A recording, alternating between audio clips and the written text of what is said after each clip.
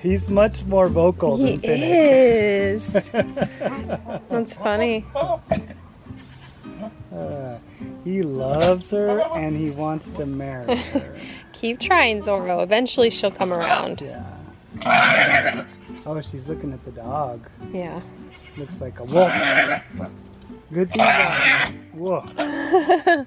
Good thing about him is he's actually nice and he doesn't ever like bite him and chase him and throw him into the wall like Finnick does. Yeah.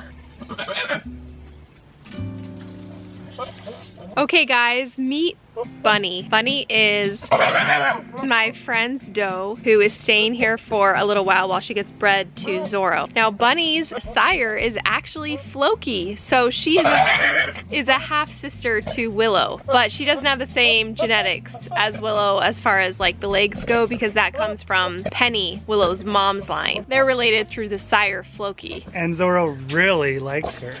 He is so excited, guys. He gets a lady. He's having the best day of his life right here.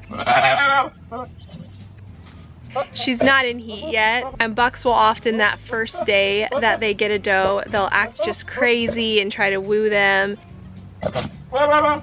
And then they'll kind of settle down once they realize that the doe's not in heat and they need to be just a little bit more patient.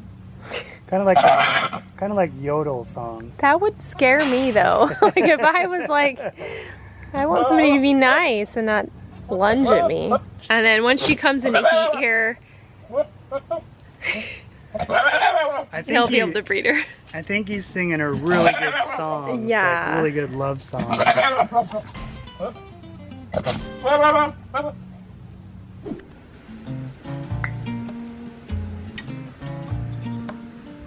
And where is Finnick, you ask? Well, Finnick is in trouble because he jumped over this fence and got to the pen with Zorro and Bunny. This is what happened.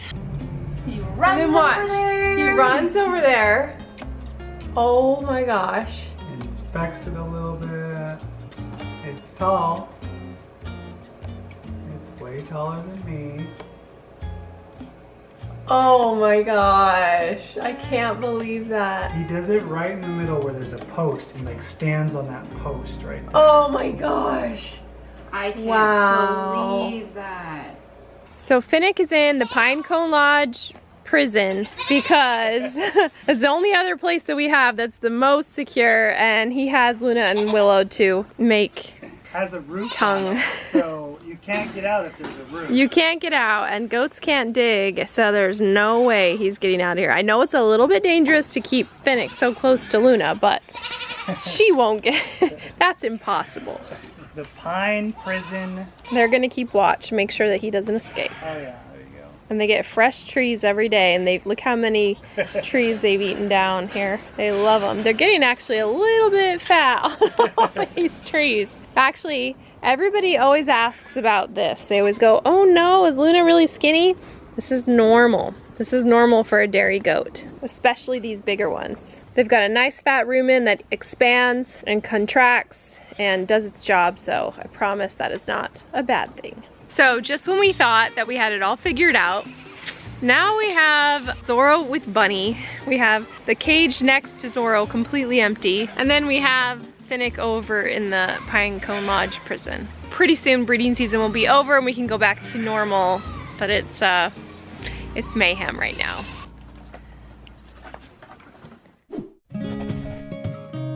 Remember back in April when we made Gouda cheese? Shout out to Hazel, Tilly, and Tatum for providing the milk.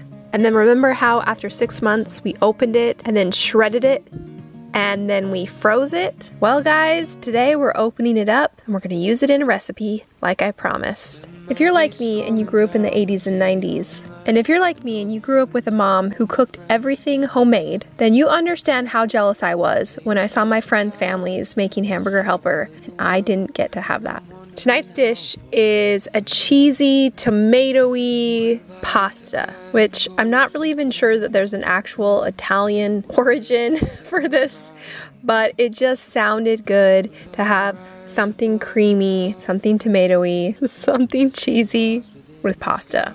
And good thing I have some Gouda in the fridge because I'm so ready to make this dish tonight. So after the onions are sauteed and the meat has been browned and seasoned, of course, we're gonna add a little flour as a thickener, cook it down a little bit, and then we're gonna add some broth, tomato sauce, and let this bad boy simmer. Meanwhile, we're making some pasta, and I'm trying to get the cheese ready. Now, somebody had mentioned that I should have froze the shreds separately before I packed it all into a vacuum seal, and they were right because this froze back into a hard block that I had to sort of crumble and break up. But it was still delicious, still good. I'll have to learn to do it next time, or I should just freeze dry it, which would make everything easier. But anyway, finally I'll add the pasta, and I know a lot of you are probably saying, DaNelle, this is too soupy, but just wait, guys. Put the lid on and just wait, because it's about to be amazing. And there you have it. See, you guys, you can still have anything store-bought homemade. Doesn't taste quite the same, but sometimes that's a good thing. And I think I'm gonna call my mom right now and thank her for teaching me how to cook from scratch so I can raise up some goats, make some cheese, and share it with all of you.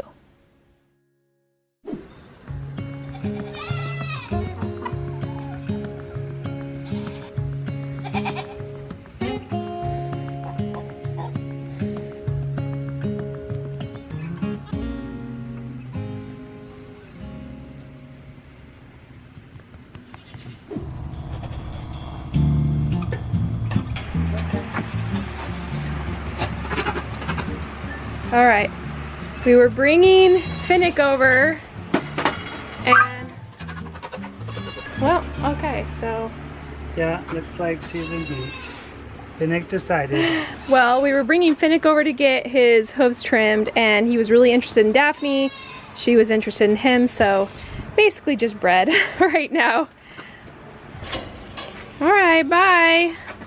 Wow, big day for you. Hooves trimmed, copper, and getting bread. I have it in my calendar to trim hooves every 4 weeks, and not only do I dread it, but I'm sure the goats do too. I really, really love this sling though. It makes it so much easier, even though some of them give us a funny look when we hoist them up.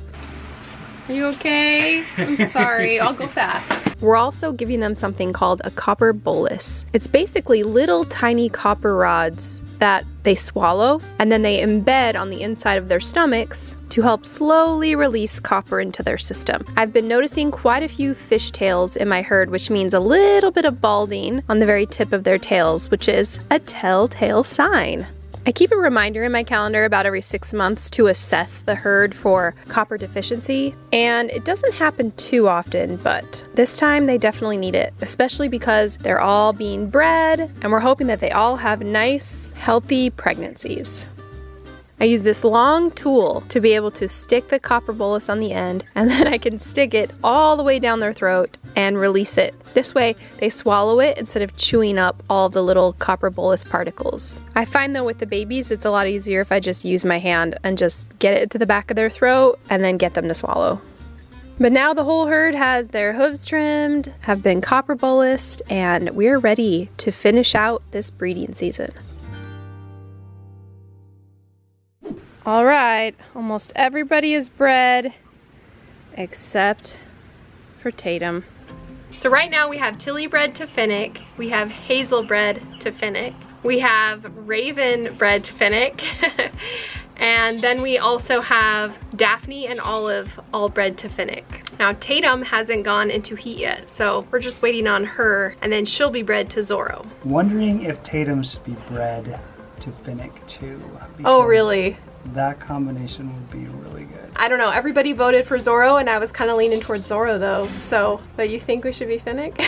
Well, yeah, because we've already done Zorro, and then we already know what her family line is with Zorro. I guess I was thinking I really like Raven, and Raven is a product of Tilly and Zorro. Yeah. So if I, you know, Tatum is Tilly's daughter, so what if we bred Tatum with Zorro and we get an even better version of Raven? But I don't know. I guess we have all these new genetics with Finnick too, so that is enticing. Yeah. Well, well, well. Look who finally went into heat. Are you ready? Are you ready to go and get bred? This is like, Yep, let's go. Let's do it. Now we still have Finnick in the small pen, Luna and Willow in this side, which I know looks really sad. They're gonna be let out very, very soon. Oh, he is so excited. A new girl? He's like, sure, I got this down.